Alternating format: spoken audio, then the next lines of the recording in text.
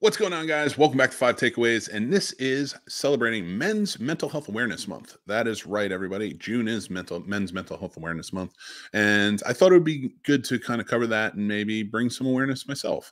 And I am listing resources down below if you're suffering, and no matter how you identify, if you're suffering anyway, I'm putting resources down, but especially guys, if you are, I know there's a lot of stigma, there's a lot of things that go with it. And for men, it can be really tough to reach out.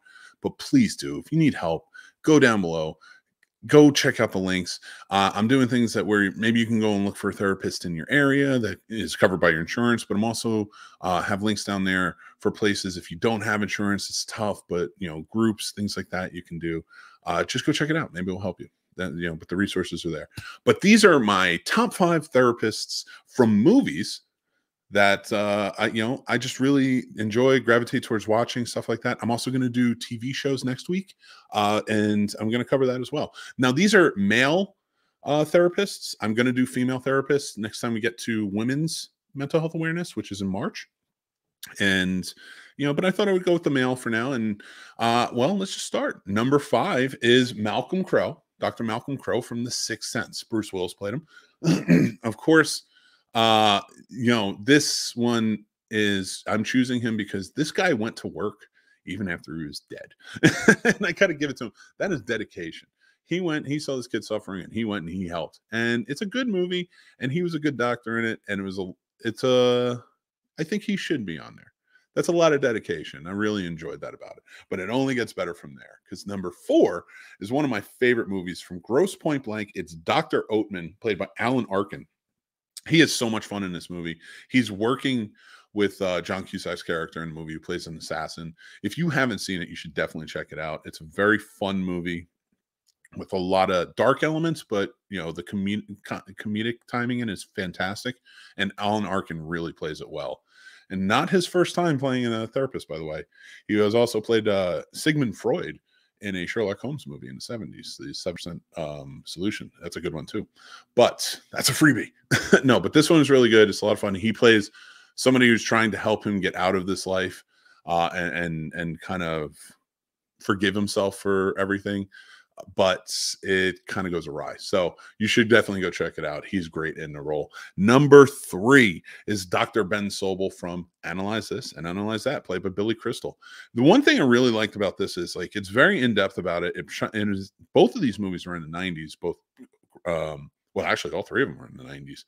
And they shine a light on mental health with kids and with men especially.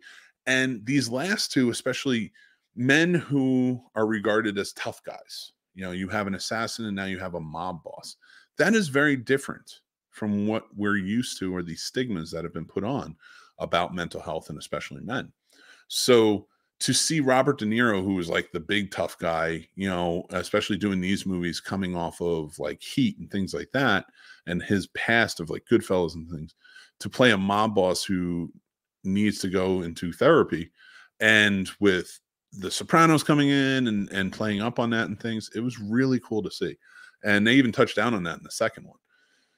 So I enjoyed these things. And it also showed, having these 2 movies showed the longevity of a doctor being there for his patient throughout, and that your relationship may never really be done in that way. You may move on, you may go here or there, however it works, but it's an important relationship once you find one. So number 2 on my list is Dr. Berger from Ordinary People. Now, this is a very dramatic role. It's played by Judd Hirsch, and he is Timothy Hutton's character's doctor in it. Now, the movie is about a family who's suffering a loss of a son. Mary Tyler Moore and Donald Sutherland play the parents in it. She is vicious. She's a very hard person. And Timothy Hutton plays the brother who was there when the brother passed away.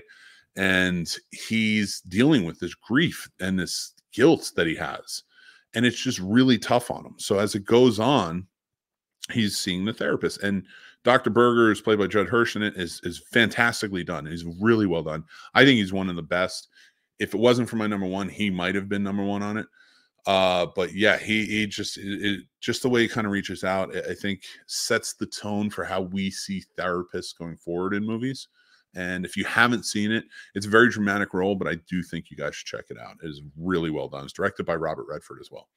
And my number one is, it seems kind of obvious, but it has to be the man playing the role itself, how it's written, the whole nine hits on all cylinders. And that is Dr. Sean McGuire from played by Robin Williams in Good Will Hunting. It's everything you want in a therapist and more. And I will tell you this. Yeah, a lot of people talk to me about, I've been seeing a therapist for years. I believe in therapy. I believe that, it's important to do those things and to be able to heal yourself. You have to be able to talk about things. And it feels good, to do so. Every time I get out of my therapy appointment, it does feel good to do so. And I will say this, that is a big, it took me a long time to find the therapist that I have to get to this point where he and I do have these conversations, kind of like in that movie where we connect in that way. And that's when it's in thanks to this that these movies where I'm like, okay, there has to be someone. This can't all just be fake movie rhetoric. There has to be therapists out there that want to connect. I don't know my therapist on a really personal level like that, but like he shares things with me to correlate things and helps me get through. And I like that aspect of it. And it does help in a big way. And now I will say this, if you are looking for one and you're looking for something like that, and maybe you'll meet people, maybe they're not great, and maybe they're not somebody you're connecting with or somebody that's helping you. Keep going, keep trying. You will find somebody. It takes some time, and it took me time, and it will take you time as well. But that is my top 5 list. Hopefully you guys appreciate it. Hopefully you guys, if you do need help or you're getting help, it's there. The resources, I tagged them down below. Check them out.